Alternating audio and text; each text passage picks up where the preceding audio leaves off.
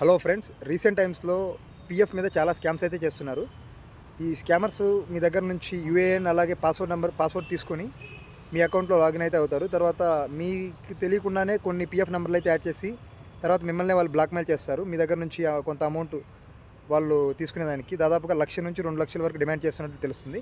అలాగే మరికొన్ని స్కామ్స్ ఏంటంటే మీకు జాబ్స్ ఇప్పిస్తామని చెప్పి మీ దగ్గర నుంచి ఆధార్, పాన్ ఇవన్నీ కూడా మీ పర్సనల్ డీటెయిల్స్ కలెక్ట్ చేసుకొని సో మీ మీద వాళ్ళైతే మరొక పీఎఫ్ అయితే క్రియేట్ చేస్తున్నారు. ఈ క్రియేట్ చేసిన పీఎఫ్ మళ్ళీ డిలీట్ చేయాలంటే అంటే ఇవన్నీ కూడా మూన్ లైటింగ్ కిందకు వస్తాయి కాబట్టి వాళ్ళు మళ్ళీ మిమ్మల్ని ఈ బ్లాక్మెయిల్ చేసి మీ దగ్గర నుంచి 1,00,000, 2,00,000 వరకు అయితే తీసుకునే అవకాశం ఉంది.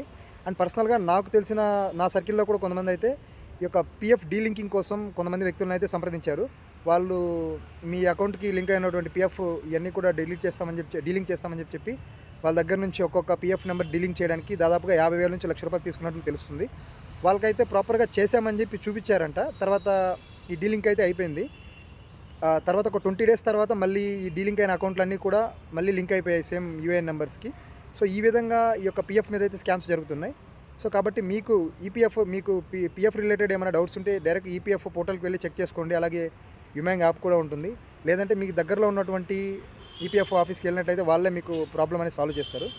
సో ఇలాగ అయితే డబ్బులు కట్టి డీలింకింగ్ ఇవన్నీ కూడా మీరు వెళ్ళారంటే డీలింకింగ్ చేస్తారని చెప్పి డెఫినెట్గా మీరైతే మోసపోయే అవకాశం ఉంది.